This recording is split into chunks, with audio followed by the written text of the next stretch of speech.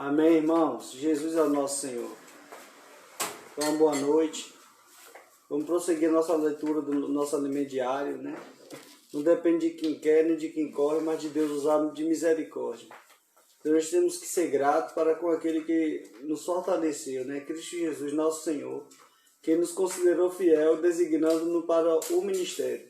Não depende de você próprio, não depende das pessoas que estão ao seu redor, para qualificar você ou não. Depende do Senhor te considerar fiel, designar você para o ministério. Amém? E gostaria que você abrisse a sua Bíblia em 1 Timóteo, capítulo 1, versículo 12. Gostaria de, antes de ler e orar, vou orar por você. Senhor Jesus, nos lava com teu precioso sangue, ajuda-nos a negar a nós mesmos, ajuda-nos a receber cada vez mais da tua provisão. Senhor Jesus, obrigado por ter nos considerado fiéis e designar cada um de nós para o ministério. Senhor Jesus, nos dá graça, Senhor, para conviver a cada dia de acordo com a tua vontade, no Espírito, em nome de Jesus, Senhor. Amém. Oh, Senhor Jesus. Abra sua Bíblia agora em 1 Timóteo, capítulo 1, versículo 12.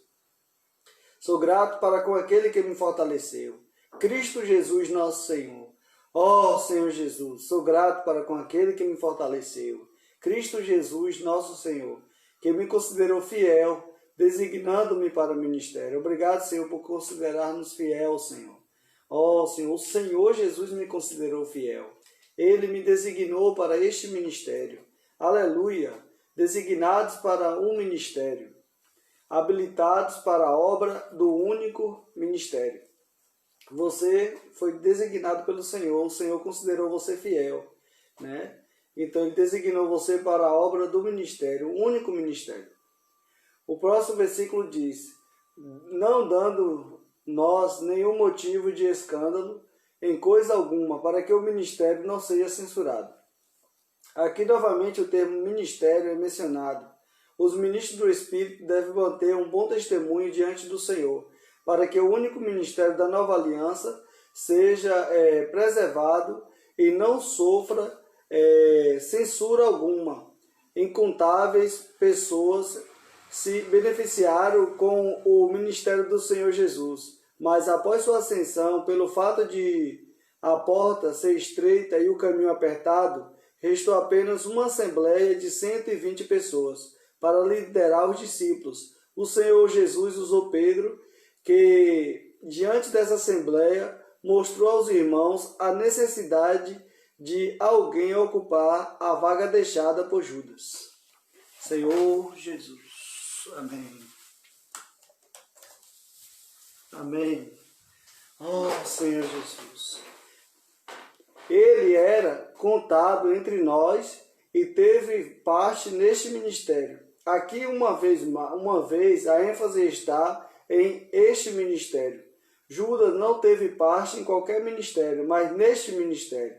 Os versículos 23 a 25 dizem: então propuseram dois, José chamado Barsabas, cognominado Justo, e Matias, e orando disseram: tu, Senhor, que conheces o coração de todos, revela-nos quais destes dois tens escolhido para preencher a vaga neste ministério e apostolado. Uma vez mais, este ministério, dando a entender que o ministério é único e singular. Este ministério é também o apostolado. Senhor Jesus. Os versículos seguintes são muito importantes para termos uma visão governante do ministério único neotestamentário. E ele mesmo concedeu uns para apóstolos, outros para profetas, outros para evangelistas e outros para pastores e mestres, com vistas ao aperfeiçoamento dos santos para o desempenho do seu serviço, para a obra do ministério, para a edificação do corpo de Cristo. Esses versículos nos mostram que a obra do ministério visa unicamente a edificação do corpo de Cristo. E o que Deus quer fazer é capacitar você e a mim para fazer a obra única do ministério. A obra que fazemos é uma só, seja no Brasil, na América do Sul, Central e do Norte, na Europa, África, Ásia. É uma obra só. a obra do único ministério da edificação do corpo de Cristo. Então, irmãos, a nossa obra é uma só. Ela visa a edificação do corpo de Cristo, né? Certo, em 2010 eu viajei para a África para poder fazer essa obra única desse ministério.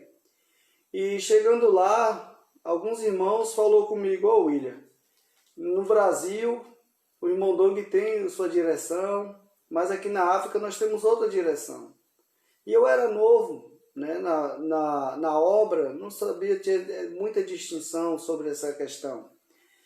Mas, com o passar do tempo, né, com o desfrute, com a busca pela palavra e o conhecimento, eu pude ver que a obra ela é uma. Não é porque eu estou aqui no Brasil, se eu for enviado para a África, é outra obra. Não, não é isso. Então, esses irmãos que, quando eu cheguei ali na África, alguns falaram: olha, aqui é uma direção e no Brasil é outra. Eu não entendia muito bem, não sabia. Mas, com o passar do tempo que a gente vai desfrutando, a gente vai ver que não é uma obra no Brasil e uma obra na África. E o que aconteceu depois disso? O que aconteceu foi que trouxe problema para o Senhor. Ou seja, houve mais tarde um grande problema. E a obra do Senhor, o avanço diminuiu devido a esse sentimento faccioso, né? Então a obra, nós não podemos pensar assim, que a obra é uma no Brasil, a outra obra é outra obra na África, uma obra na Europa, uma obra nos Estados Unidos. Não, não. A obra é única. É a obra do único ministério. É o ministério do corpo de Cristo. Se hoje, né, nós tivermos essa visão, nós iremos evitar muitas coisas em nosso meio, como divisão ou partidarismo. Porque nós somos membros do corpo de Cristo, habilitados para levar a cabo ao único ministério, que é a obra de edificação do corpo de Cristo. Todos nós somos o mesmo corpo, o mesmo membro, né? Não existe sectarismo ou partidarismo. Nós servimos como membro do corpo de Cristo com a finalidade de edificar o corpo. Os próximos 2 versículos do capítulo 1 de Timóteo 12 e 2 Timóteo 4:11 nos mostram mais uma vez um ministério único e singular por meio do termo o ministério. Sou grato para com aquele que me fortaleceu, Cristo Jesus, nosso Senhor, que me considerou fiel, designando-me para o ministério. E somente Lucas está comigo. Toma contigo Marcos e traze-o, pois me é útil para o ministério. Paulo falou isso, né? Esse Marcos aqui, ele foi aquele que no começo tinha desistido na viagem ali com Barnabé e Saulo e Paulo. Mas depois, no final Paulo mandou trazer ele, né? Porque ele era útil para o ministério. Então, o ministério é único. Senhor Jesus, qual é o propósito do ministério? Certo? E esse ministério único, qual é o propósito dele? Certo? Então, vamos ver aqui. O ministério neotestamentário deve ter um único objetivo: edificar o corpo de Cristo, como já tínhamos falado. Não visa a um fim pessoal, reconhecemos que há muitos obreiros, servos de Deus, que têm um ministério, enchem estados e são muitos usados para salvar pessoas, mas estão encaixados no ministério único da edificação do corpo de Cristo. Todos nós temos um serviço de Deus que é conhecido como ministério. E esse nosso serviço precisa estar canalizado, ou seja, precisa vir de uma única fonte, o ministério, com a finalidade de edificar o corpo de Cristo, para que Deus possa ter a sua habitação e Cristo a sua expressão. O ministério só tem sentido quando existe um povo de Deus para ser conduzido, certo? Vamos ver isso aqui mais um pouco. A questão, esse ministério só tem sentido se tem um povo para ser conduzido. Qual é a finalidade de Deus dar um ministério a Moisés, se não tivesse o povo de Israel para ser conduzido para a terra de Canaã? Então Deus ele só vai dar um ministério. O ministério ele tem esse objetivo. Então Deus ele trouxe esse ministério. Esse ministério é único. O objetivo dele é conduzir o homem, tirar o homem da carne para o espírito, tirar o homem da alma, né? Tirar da sua alma natural para ser edificado como corpo, né? A casa de Deus, a habitação de Deus no espírito. Então todos nós hoje estamos sendo edificados para a habitação de Deus no espírito. Então este é o sentido do ministério, né? É a edificação. Ou seja, então hoje nós somos o quê? A igreja, o corpo. E o ministério está nos conduzindo para onde? Para o reino. Ou seja, para sermos edificados, né? Adão tinha um relacionamento pessoal com Deus. Não há menção na Bíblia de que ele tivesse ministério. O mesmo aconteceu com Abel, Enos, Enoque, Noé e até mesmo com Abraão. Não há menção de ministério na época deles. Quando Jacó desceu ao Egito, sua descendência tornou-se numerosa, cerca de 2 milhões de israelitas que deixaram o Senhor. Quando foram despertados e começaram a clamar, surgiu a necessidade de um ministério para conduzir o povo. Está vendo, irmãos? Então, mais uma vez, nós vimos aqui que o sentido do ministério é para conduzir o povo, certo? Senhor Jesus. O povo ficou cativo no Egito por cerca de 430 anos e Deus precisava habilitar uma pessoa, formar um ministro para libertá-los. Deus não teve pressa e levou 80 anos para conduzir um ministro, uma pessoa adequada. Isso nos mostra que Deus valoriza a pessoa e deseja formar pessoas adequadas para servi-lo. Então, hoje, Deus ele tem muitos filhos deles, né? O Senhor gerou muitas pessoas através do Evangelho, da Palavra da Verdade, mas poucos de nós ainda nos encontramos adequados para servi-lo. Muitos de nós cristãos ainda somos inadequados. Por isso, nós precisamos nos despender mais tempos, buscando a palavra, orando, para que Deus possa tirar as coisas indesejáveis em nós e edificar em nós um caráter de acordo com a capacidade de poder servi-lo. Então, o Senhor ele dá atenção mais ao que somos do que o que fazemos. Então, à medida que o Senhor vai trabalhando em nós, Ele vai nos transformando. Por isso, nós temos que agora despender tempo buscando a palavra, né? Nós vimos aí a pandemia e nós não podemos agora usar o nosso tempo para outras coisas, mas devemos voltar o nosso coração ao Senhor para ser transformado por Ele, nos tornar pessoas adequadas para servi-lo. O ministério do Antigo Testamento surgiu com a pessoa de Moisés, pois havia um povo para conduzir e dele cuidar. O ministério é uma comissão, uma incumbência, uma missão que um grupo de pessoas recebe de Deus para conduzir o seu povo de um ponto de partida a um ponto de destino. Isso é um ministério. O ministério só tem sentido quando tem um povo de Deus para conduzi-los. Ó Senhor Jesus! Deus quer trabalhar em mim e em você para nos fazer ministros da nova aliança. E esse trabalhar não é nada fácil. Envolve muita tribulação, muito sofrimento. A porta é estreita e o caminho é apertado. Não é por meio de um curso intensivo que você e eu vamos nos tornar um ministro.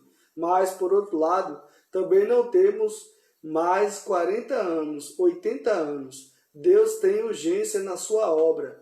Ó Senhor Jesus, mas Ele dá mais importância a formar o seu ministro do que fazer a sua obra. Amém? Então, assim, Deus, Ele não tem 80, 40 anos ainda para poder formar-nos como um ministro. Então, o que isso quer dizer? Que todos os dias que estamos ainda aqui, vivendo nessa terra, nós precisamos despender tempo suficiente para que Deus possa nos transformar e alcançar o seu objetivo.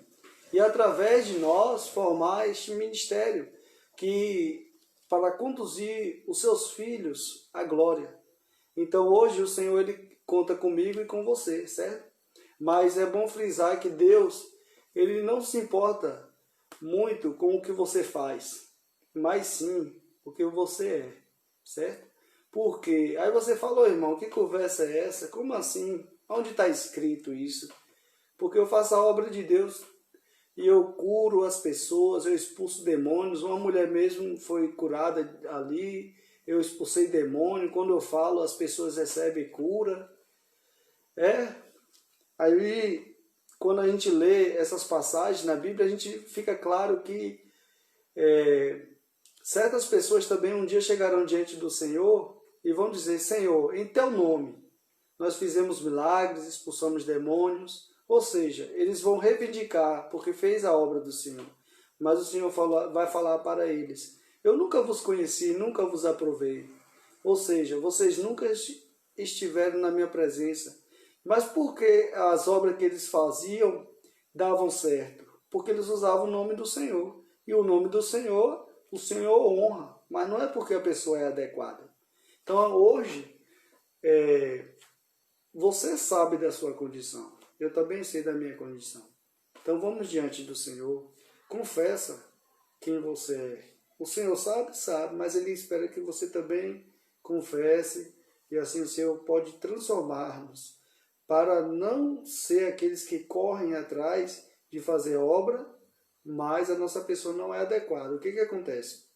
As nossas obras não irão nos introduzir no reino, mas se nós permitirmos o transformar do Espírito Santo em nossa vida e através de nós nos tornarmos uma pessoa transformada pelo Espírito Santo, conquistada pelo Senhor, nos tornar o bom perfume, a fragrância de Cristo, cativo, uma pessoa que foi cativada e que se deixa levar pelo Espírito Santo, aí as suas obras serão de acordo com o Espírito Santo de Deus. Aí sim, tudo que você fizer, tiver a aprovação e o selo do Espírito Santo, você vai entrar no reino. Amém? Gostaria de ler um versículo aqui em Pedro que diz sobre isso. Que ele diz assim: Senhor Jesus. Oh, Senhor Jesus. 2 Pedro, ele diz assim: pois desta maneira que vos será amplamente suprida a entrada no reino eterno de nosso Senhor e Salvador Jesus Cristo. Então, mais acima ele mostra, dessa maneira como associar com a vossa fé a virtude, com a virtude o conhecimento, com o conhecimento domínio próprio, com domínio próprio a perseverança, com a perseverança a piedade, com a piedade a fraternidade, com a fraternidade o amor.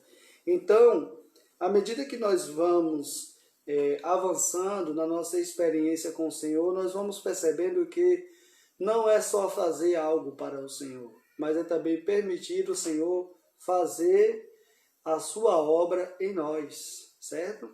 Deus, ele demora mais tempo trabalhando em nós, né? Ou seja, Deus, o trabalhar, o poder que Deus usa para nos transformar é mais forte do que o poder que Ele usou para recriar e para criar os céus e a terra. Porque a nossa alma, ela é muito dura, né? Então o Senhor, ele quer transformar. Então hoje só precisamos cooperar com o Senhor. O que é cooperar com o Senhor? É nos deixar conduzir pelo Senhor para que a sua vontade se cumpra em nossa vida. Ou seja feita a tua vontade, assim na terra como nos céus. Então, não basta chamar Senhor, Senhor e não fazer a vontade dele. Então hoje o Senhor, ele quer que nós falemos Senhor, mas também permitamos sua vontade ser feita. Amém? Jesus é o Senhor. Então não vamos usar de pretexto, porque eu invoco o nome do Senhor, eu vou entrar na manifestação do reino dos céus. Nós não devemos nos enganar. Nós devemos invocar o nome do Senhor para fazer a vontade de Deus. Que Deus possa estar abençoando a sua vida, a sua família. Em nome de Jesus. Amém. Senhor Jesus, obrigado por esta noite, obrigado por esta palavra. Tenha misericórdia de cada um de nós. O Senhor não dá importância tão somente ao que fazemos, mas só o Senhor dá mais importância ao que somos, pois o Senhor se importa conosco. O Senhor quer mudar a nossa vida, quer mudar o nosso ser, quer mudar, transformar a nossa alma. Senhor, tira toda dureza, pecados, maldade, hipocrisia, ódio, ira, raiva, idolatria, feitiçaria, inimizade, porfia, ciúme, iras. Ó Senhor Jesus, invejas, glutonarias, coisas semelhantes a estas, das quais vos preveni que não herdarão o reino de Deus que tais coisas praticam. Senhor Jesus, lava-nos com teu sangue, leva-nos ao arrependimento, muda nosso ser, Senhor, em nome de Jesus. Amém. Ó Senhor Jesus, amém. Muito obrigado, irmão, por ter assistido, Diane, minha esposa, e outros irmãos também que assistiram aqui, que não colocou nenhum comentário, mas está assistindo. Muito obrigado. Que o Senhor Jesus seja com o seu Espírito e a graça seja convosco. Amém. Irei deixar aqui na linha do tempo esse vídeo, né, do Face. Também mais tarde eu vou baixar ele, colocar no YouTube e colocar o link de descrição aqui no Facebook. Se vocês quiserem se inscrever, se inscreva, dá o like, ativa o sininho. Vai estar ajudando também esse vídeo chegar em outras pessoas, para junto a gente lutar pelo nosso direito de primogenitura para entrar no reino. Amém, irmãos? Jesus é o nosso Senhor. Amém.